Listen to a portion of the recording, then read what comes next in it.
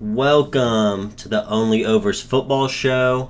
I'm Nick Ellis. I'm here with my cousin Vance, and Yep. we are ready to talk about the NFL Week 2.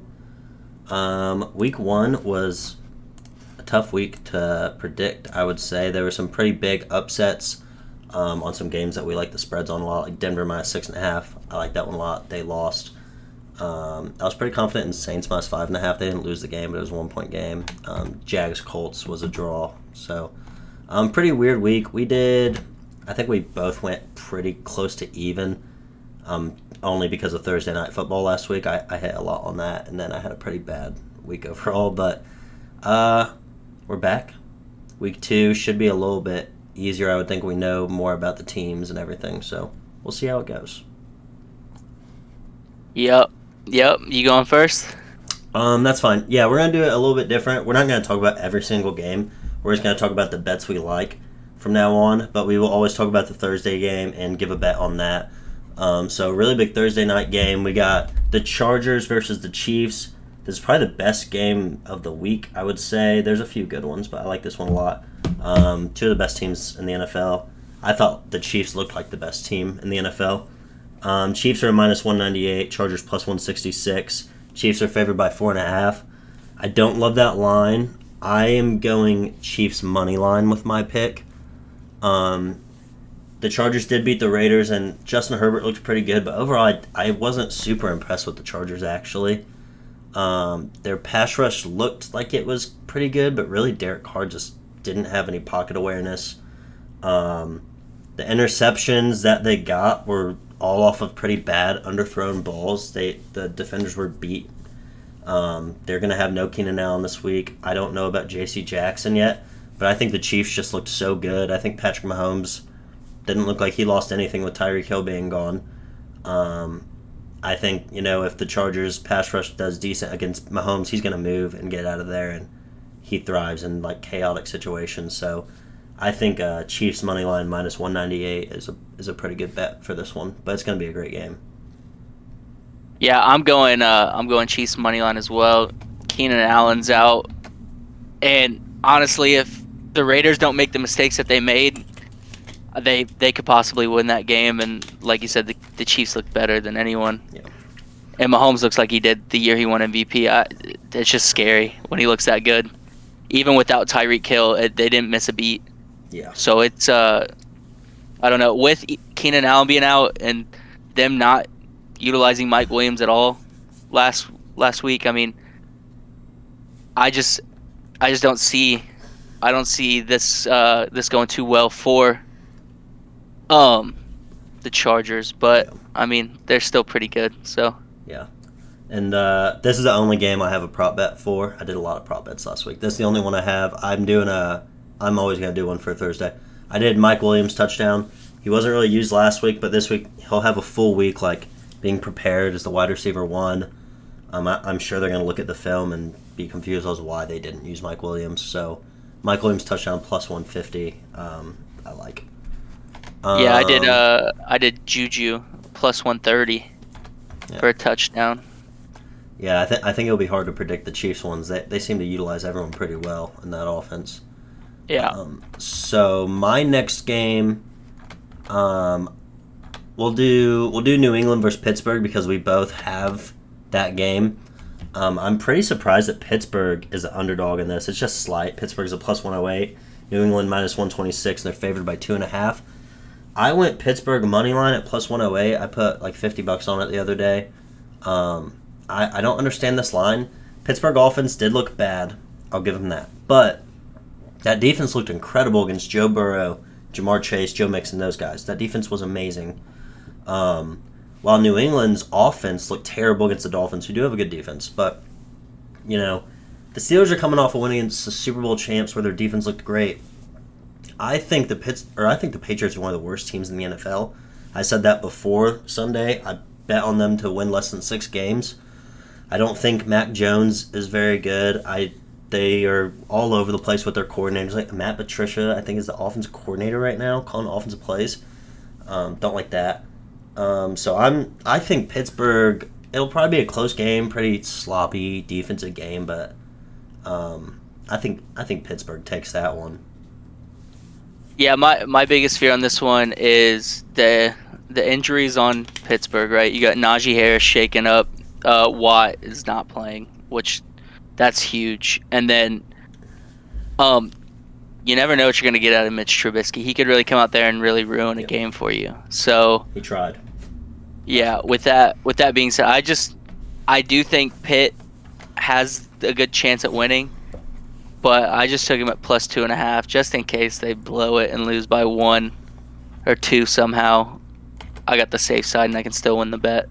Yeah. Next one, Carolina versus the Giants. Panthers versus Giants. You didn't have this one. I did.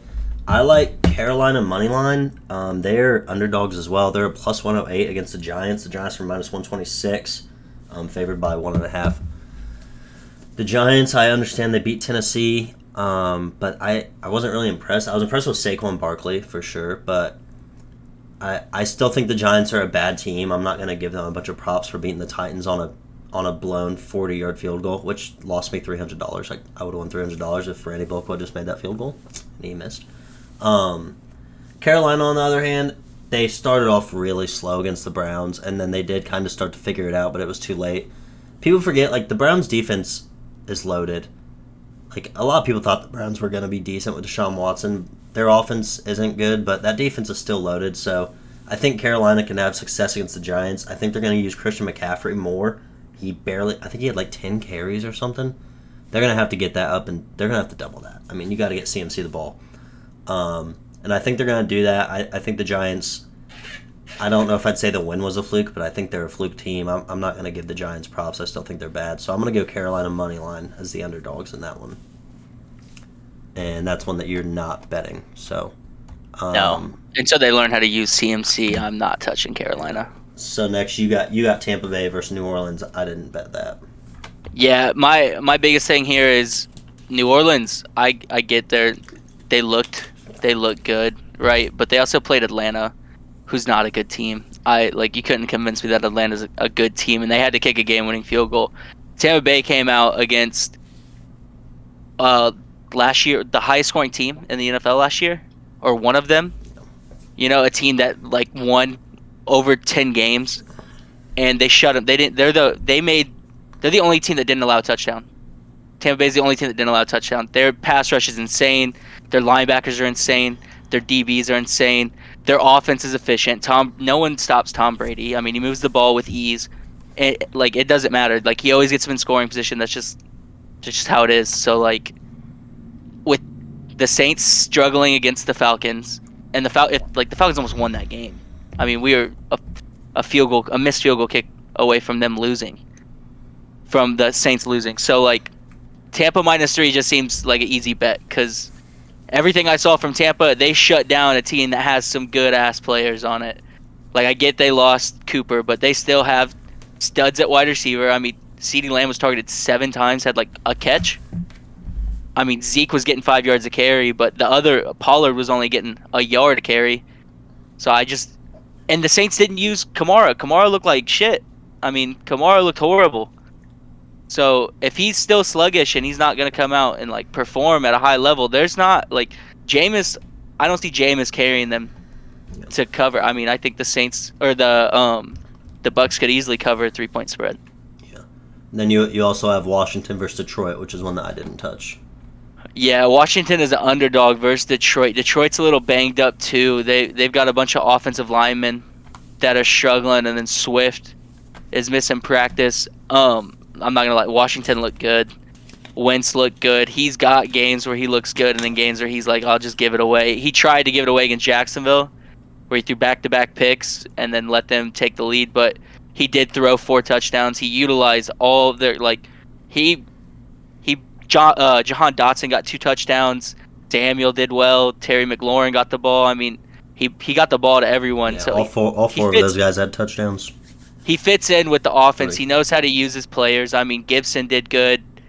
Like, I think that's going to be a really good offense. Detroit, I understand that they put up a lot of points late on Philly. And I don't know if that's because Detroit's good or because Philly, like, just started to get sluggish and, let them back in it because they were beating the shit Philly was beating the shit out of the Lions. So I don't hold too much weight on all those late points that they scored against Philly. So I think Washington played good enough. I think it's a good underdog to take. Yeah. And then a game I have that you don't, Colts versus Jags. Yeah, I can't do that. I am going Jags money line on this. Let me pull up the odds. The Colts are just a team. All right, so Jags are plus 164. Colts are minus 196. 4.5 point favorite. I like Jags money line. Colts are just a team of I guess habit. They like every year they lose the first game. This year they tied, but they tried so hard. Like they probably should have lost that game. They had opportunities to win at the end, but they got outplayed bad against the Texans. And they never beat Jacksonville in Jacksonville. So I feel like, the trend probably could continue. And with how the Colts looked and how the Jags looked better than the Colts in week 1 anyway. The Texans don't really have any weapons besides Brandon Cooks. The Jaguars do have a decent amount of weapons. James Robinson still looked good. Travis Etienne couldn't catch the ball, but I think he figures it out this week and probably can do some stuff out there. So Trevor Lawrence has a lot of people he can deal the ball around to. Colts are going to be without Alec Pierce, so they're down another receiver, which Alec Pierce did terrible. He looked bad. But that's just another receiver that they're down. Outside of Pittman and JT, that team just didn't look good. The protection didn't look good. Matt Ryan didn't look good.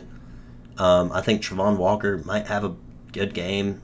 I'm going to go with the Jags money line on that. I think the Colts are going to get better as the season goes on, like they tend to do. But it just kind of seems like it's set up for a Jacksonville win right now. Next one, we both have bets on this. Both similar. Seattle versus San Francisco. Seattle is a plus 9.5 right now is what I'm seeing. You have plus 10, so I guess it depends where you look right now. And Seattle's a plus 350 underdog. And I'm taking Seattle money line just because of those odds. I'm not sure if I really think they're going to win. But at plus 350, I feel like those odds are way too good. Seattle looked great week 1 all around. Their defense looked good. Their pass game looked good. Their run game looked good. That team just looked good against a Broncos team that a lot of people were really high on. I bet Broncos minus 6.5 heavy. And Seattle looked good. Geno Smith had a great game. And then San Francisco, on the other hand, I understand the weather was a big part, which is probably why the betting line's like this. But San Francisco looked horrible. They lost to the Bears. And there really were no bright spots. Elijah Mitchell got hurt. Debo, he got a touchdown, but Debo didn't dominate. Trey Lance looked bad, and I understand the weather was a huge part in that. But, at plus 350, I don't see how you can pass up Seattle because they seem to be a lot better than everyone gave them credit for. Well, the biggest problem I have with Seattle, right? I think Denver beat themselves more than Seattle beat them. I understand Seattle played well and Geno looked good, but Denver also fumbled the ball twice at the 1 yard line. And if they don't fumble the ball twice at the 1 yard line, they win the game 30 to One of those 17. fumbles was on 4th down though, and he got stopped shy of the goal line. That's a 4th down. But that's still that's a stop. stop though. That's good. The other one, yes, Javonte Williams ran into his linebacker's butt and fumbled the ball. Yeah. And then the rain. I mean, the 49ers, they're going to get Kittle back. I want to see what Trey Lance can do when it's not hurling down rain. The conditions in Chicago were pretty bad, but I do think 10 is a large line, and I think Seattle's efficient enough on offense to cover, and their defense played well enough. Because Trey Lance, I don't know if he's good enough to blow a team out. So I took the safe Seattle plus 10. Yeah, I'm sure that line's going to go down a lot as well as when time comes. So, next one, which is the last one, we both bet the same thing. Yeah, Minnesota versus Philadelphia. We both go Minnesota money line, which is at plus 112. Philly's minus 132 at a 1.5 point favorite. I like Minnesota in this one, but it is a really close game. I'm really high on Philly too, but Minnesota's offense looked solid against the Packers, who, everyone hates on the Packers and thinks they're going to be bad this year for some reason. The Packers are still going to be a good team. But they did some confusing things, the Packers did. They didn't play Jair Alexander on Justin Jefferson, which was weird. But Minnesota's new offense with that new coach looks really good. It seems like the offense is going to be completely ran through Justin Jefferson, which it should, due to one of the best players in the NFL. Kirk Cousins looks solid, and that defense looked great. They held Green Bay to, I don't remember how many points, but it was little. They dominated. So if that defense can do that to Aaron Rodgers, I know he didn't have many weapons. They were fucking up. But I think they can give Philadelphia a lot of struggles as well, whose defense didn't look great. I know a lot of the points Detroit got was garbage time, but it was Detroit compared to Minnesota. Jalen Hurts, I don't think is going to have the game that he had against a team like Detroit against Minnesota.